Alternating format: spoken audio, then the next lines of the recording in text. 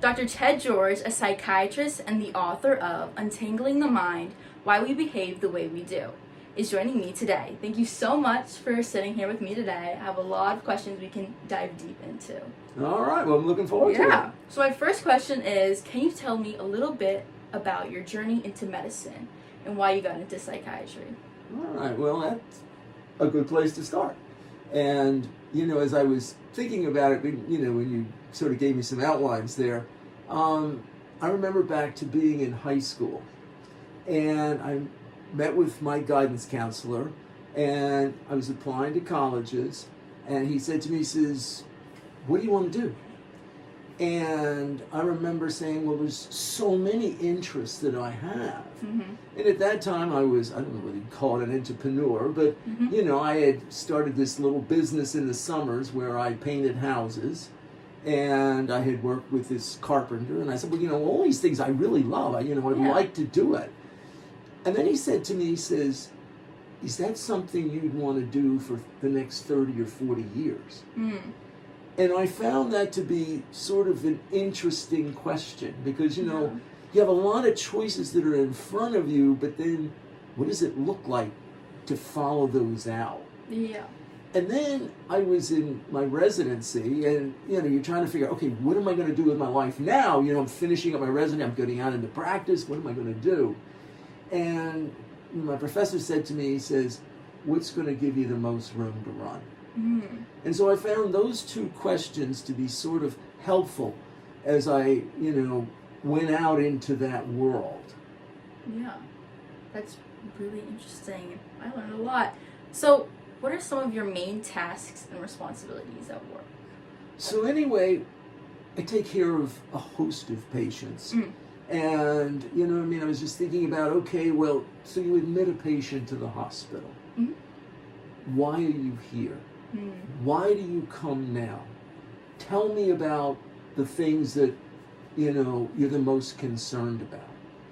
And so you'll spend probably an hour with that patient getting to know them.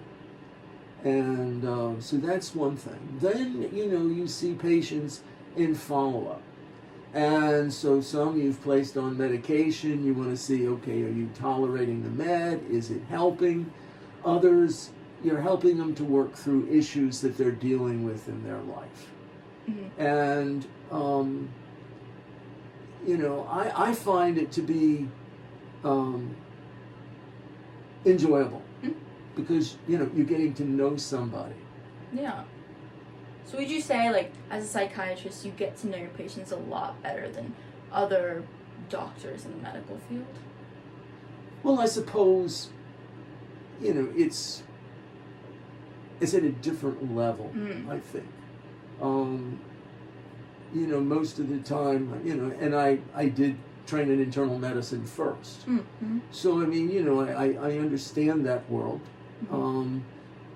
But I do think that it's getting to know a patient at in an emotional level, as opposed to just a medical level. Yeah, yeah. And so, would you say that's something that you enjoy about your work, or is there anything else about your work that really makes you wake up every day saying, I want to go to work and be a psychiatrist? I think, to me, it's really a privilege, an opportunity to walk alongside of another person. Mm. And, we're all struggling to get through life. Yeah. Mm-hmm. And, if I can help make that life a little bit easier for you, bring it on.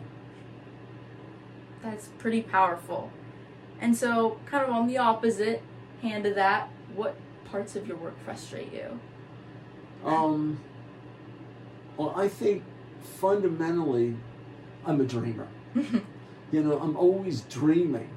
And sometimes those dreams take a long time. Mm-hmm. Sometimes you get them, sometimes you don't. Yeah. And, how do you negotiate disappointment? Mm. And, and not just shut down and say, well, I'm not going to dream anymore. Yeah. Versus, okay, things take time. Maybe I have to change my dream. But, if you really look at something, I think this is sort of an important point of life as I look at my patients, as I look at me, how we make decisions. So in other words, over here, it's like I expect this, but I got much more. And so that's very rewarding. You know, that's something, hey, that drives me. But you have another part of your brain that, okay, I expected this, but I got less. Yeah. And so in other words, that's negative emotion. And so, you know, it takes you an hour to drive home this way, it takes you a half hour or 2 hours to drive home this way. So you can drive home this way. Yeah. You know? So for a dreamer, it's like, okay, I expected this, but I got this. And so, you know, you're dealing with that negative emotion a lot of times. Say like disappointment. Yeah. And, you know, you got to put that into your system. You know? Yeah. And so in your book, Untangling the Mind, Why We Behave the Way We Do, you explain how it's often easier for people to recognize and accept a physical illness with its clear source of things like lab reports than it is to understand or admit emotional struggles. What do you think makes emotional issues so much harder to identify and address for both individuals and within the medical field? I think it's us. I think it's me. You know, the other you've got some distance to. Yeah. That's my body. You know, Yeah. I didn't do it. You know what Yeah. I mean? Whereas this is me. You know, and so many times in my work, you know, they're not coming and saying, "No, doctor, I just am so excited about my life and everything is just going so wonderful." It's more, you know, I'm dealing with disappointment. I'm dealing with a sense of inadequacy, you know, a fear. And that's hard to admit, I think, for a lot of people, you know? Yeah, that makes a lot of sense.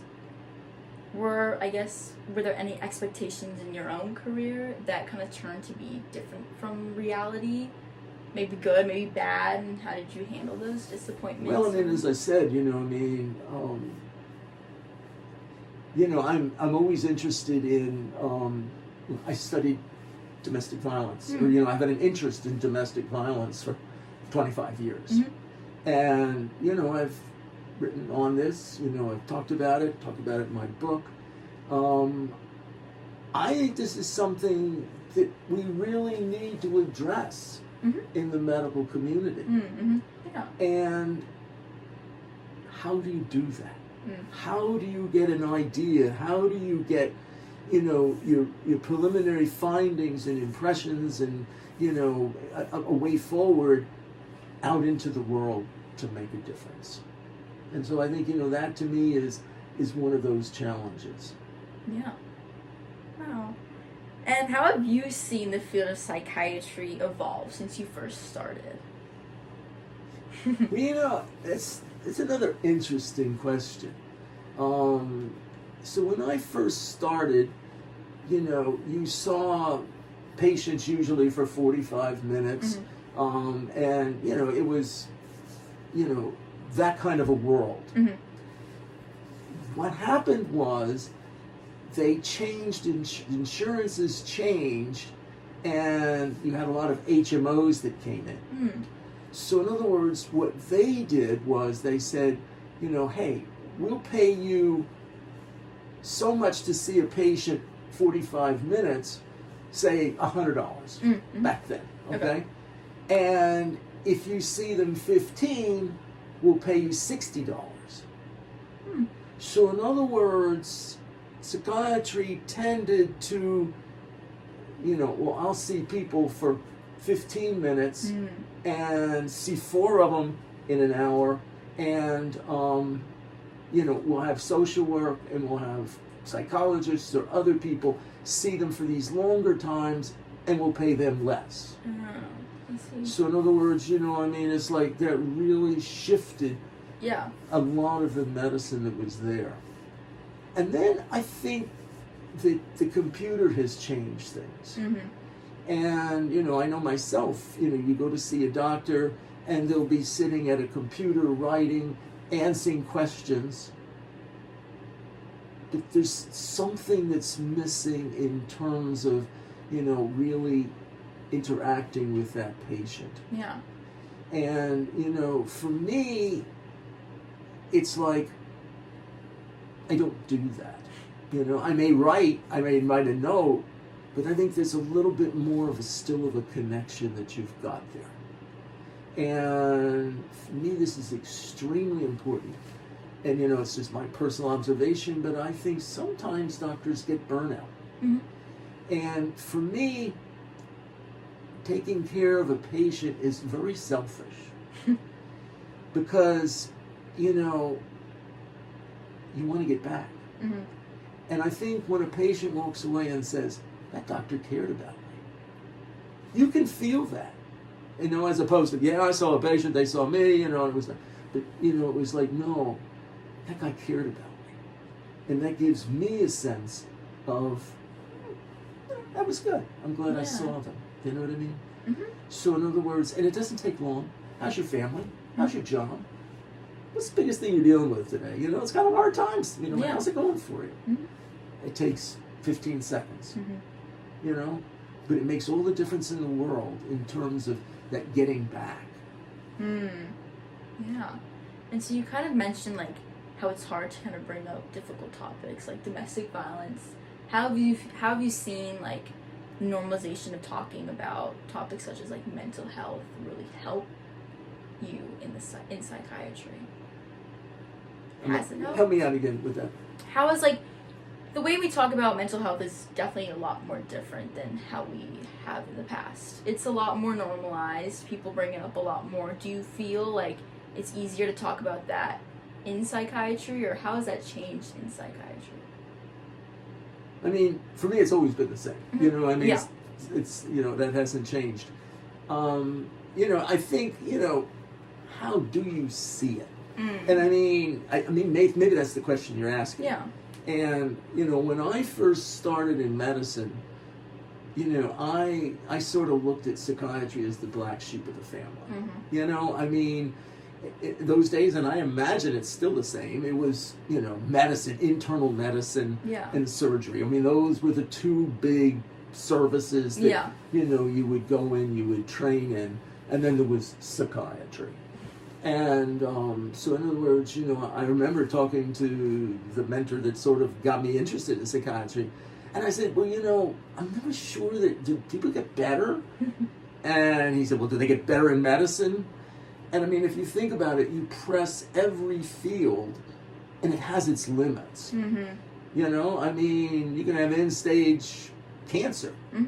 And that's, you know, and so you live with that. And so there's, you know, there's some psych patients that are difficult. I think I've come to appreciate what a wide open field it is to take a person from point A to point B to point C. And so I find it extremely rewarding.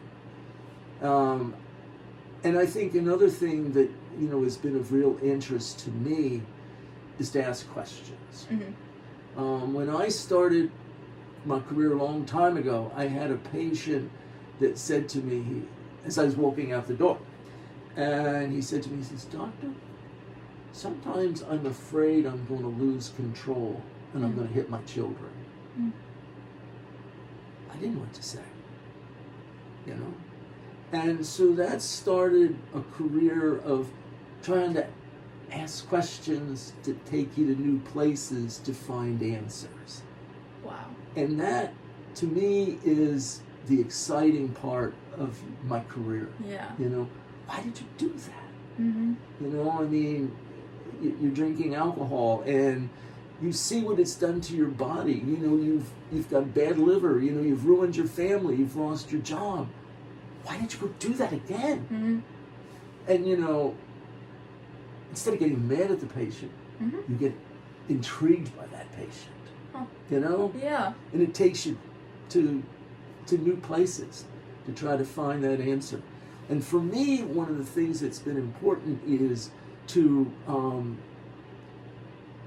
say, okay, here are the symptoms, here are, you know, maybe these categories that give you a diagnosis. What are the neural pathways that give rise to that? Yeah. And to understand sort of that mind-body connection. And that lights my fire, you know, to try to figure that out. That's one of the reasons why I wrote the book, was because I don't think people really have a good understanding of, say, depression, for example, you know? Yeah. And, you know, you read about it and you understand, oh, okay, I understand that now. Yeah. And so how can we better bridge the gap between scientific research in neuroscience and real-world psychiatric treatment for patient care?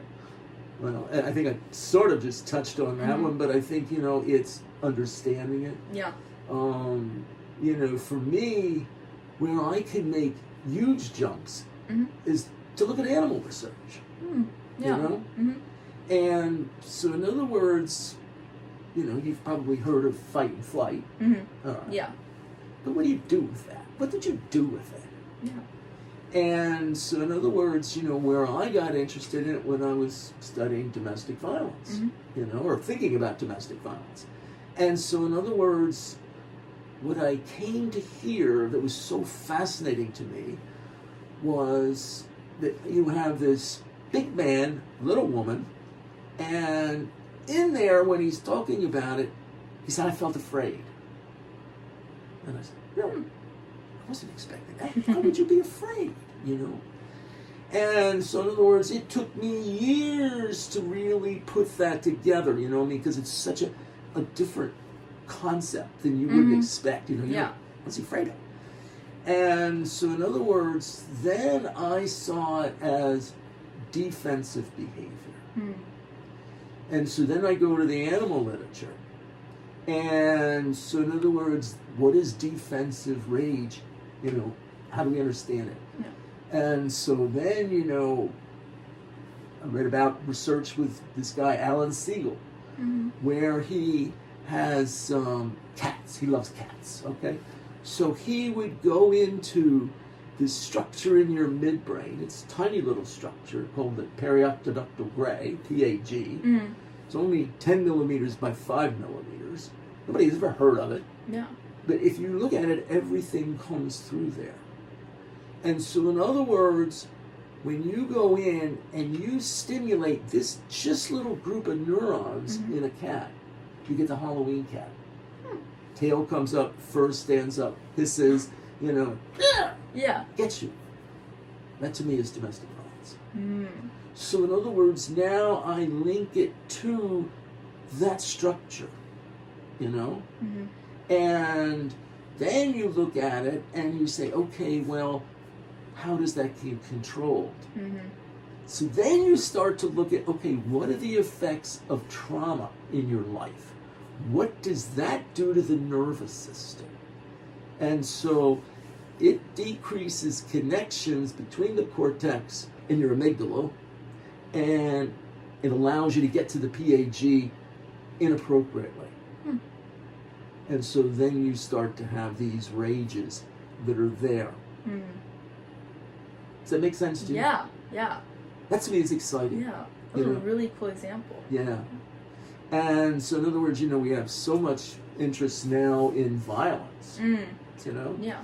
And so I'm interested in that. Well, if you look at this perioctaductal gray and you see what it's done in animals and how they define these little tiny structures, you have their fight, okay? So then you have flight. Well, that's anxiety to panic. I'm out of here, you know? Yeah. Then you have shutdown, like that, in 2000. I mean, that was so exciting to me because depression never made any sense to me. Why would we have this ugly emotion? Yeah. And so I saw that depression was an emotion that drove a state of shutdown. Wow. And then all of a sudden it opens up the world. Okay, I'm going to battle, you know, and I come home and I need to heal. You know, I've been wounded. I have the flu, and I can hardly move from here to there. I lose somebody really close to me, and I just go into shutdown. I can't feel it.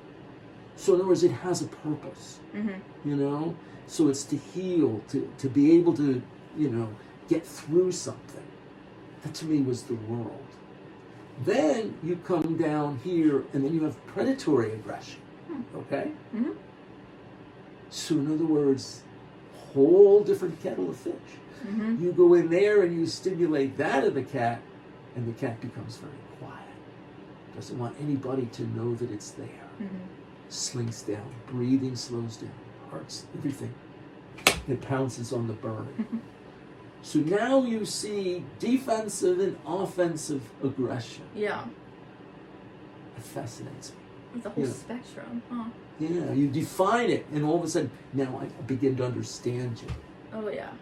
So now here's one that interests me. Mm-hmm. And, you know, when we talk about school shootings, for example, Mm-hmm. okay?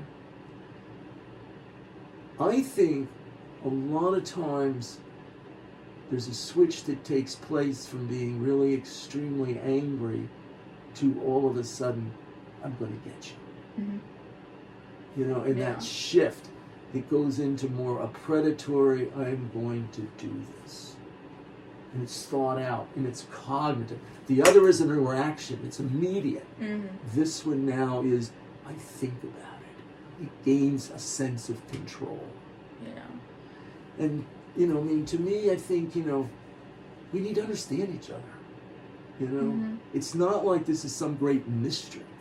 It's Mm-hmm. something waiting to be discovered. That's such a cool way of looking at it, and I think it really kind of humanizes it. And it makes it exciting. Yeah, for sure. What is one piece of advice you would give your younger self before you got into psychiatry? I think you want to keep as many roads open to you as possible. Because right now, a lot of times, you don't know. Yeah. You know what I mean? Mm-hmm. And so, in other words, I think you're keeping an open mind. Mm-hmm. I think, you know, if you flunk this and flunk that, it takes away some of your choices. Mm-hmm. So, you know, you always want to be at your best. Yeah. That's going to give opportunities, you know, to pursue new things later on. And, you know, I mean, your thoughts change. Mm-hmm. You know, at first it's just like, well, I know science. But then, you know, you've got to put into it, okay, you know, I have to make a living. Yeah. You know, hey, I'm married, I have responsibilities, I have children. You know, these are my interests, these are my abilities, you know? Mm-hmm. So that, you know, you put them there. And I mean, I think what I'm trying to do is to create a sense of, this is your future, this is your life. Yeah. And to just open it up and to talk to a lot of people. Mm-hmm. You know, I mean, I talked to hundreds of people, you know, when I was growing up. But then there's one or two that seem to make a really big difference. Yeah. And so in other words, you know, you're open to that. And you know, and then, you know, you have the opportunity to try to pursue your dreams. Well, thank you so much for talking to me. We've discussed so many topics and learned so much. Thank you so much. Well, it's a pleasure.